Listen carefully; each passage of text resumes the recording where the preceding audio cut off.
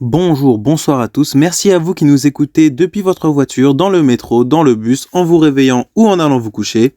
Vous êtes sur Bunnybear. Au programme de ce podcast, on va s'intéresser à l'île Maurice, sa géographie, sa position stratégique d'il y a quelques siècles, ainsi que les enjeux de sa découverte. L'île Maurice est une île de l'océan Indien située au nord-est de la Réunion. Ancienne colonie britannique, elle est devenue indépendante le 12 mars 1968. Le relief, assez lourd, se compose de massifs volcaniques dont l'altitude s'abaisse légèrement du sud vers le nord. Autrement dit, les pics du sud sont plus hauts que les pics du nord, voilà. Ces massifs dominent une plaine littorale frangée de récifs coralliens. Ce pays dépend à plus de 90% d'exportation du sucre, et les principales industries sont dédiées au secteur de l'agriculture. Petite anecdote, on trouvait le dodo à l'île Maurice jusqu'à la fin du XVIIe siècle. La population est composée d'immigrants et de descendants d'immigrants, et avec l'accroissement démographique des années 60, l'île connaît une densité de population parmi les plus fortes au monde. Là-bas, on y parle anglais, et une forte population parle le créole, comme à La Réunion. L'île est découverte par les Portugais au XVIe siècle. Ils l'appellent Cirne, mais elle n'est occupée qu'à la fin de ce siècle-là par les Hollandais.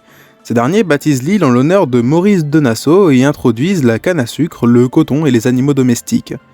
Bon, on va parler un peu de Maurice de Nassau quand même. C'était un général et un homme d'État hollandais qui a vécu de 1567 à 1625, donc la fin du XVIe siècle quoi, et qui avait pas mal de responsabilités. Stratège exceptionnel, l'un des plus grands capitaines de son temps, Maurice protège les Provinces-Unies, donc l'équivalent des Pays-Bas d'aujourd'hui, de l'envahisseur espagnol. Cela lui vaut une sacrée réputation et lui permet d'exercer une grande autorité dans la sphère politique.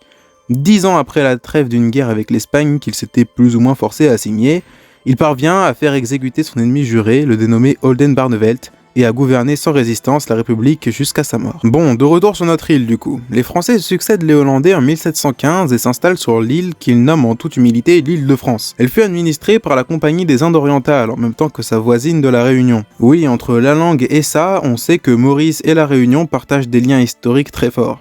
Bref, l'île ne devient qu'un entrepôt des produits de l'Inde, mais apparemment, grâce à sa position stratégique, l'île était surnommée l'étoile et la clé de l'océan Indien. Le Royaume-Uni annexe l'île en 1810 et les Français reconnaissent cette annexion avec le traité de Paris de 1814, mais entre l'abolition de l'esclavage en 1835 et le canal de Suez, les Anglais ne savaient plus trop quoi faire de cette île et elle perdit grandement de son importance.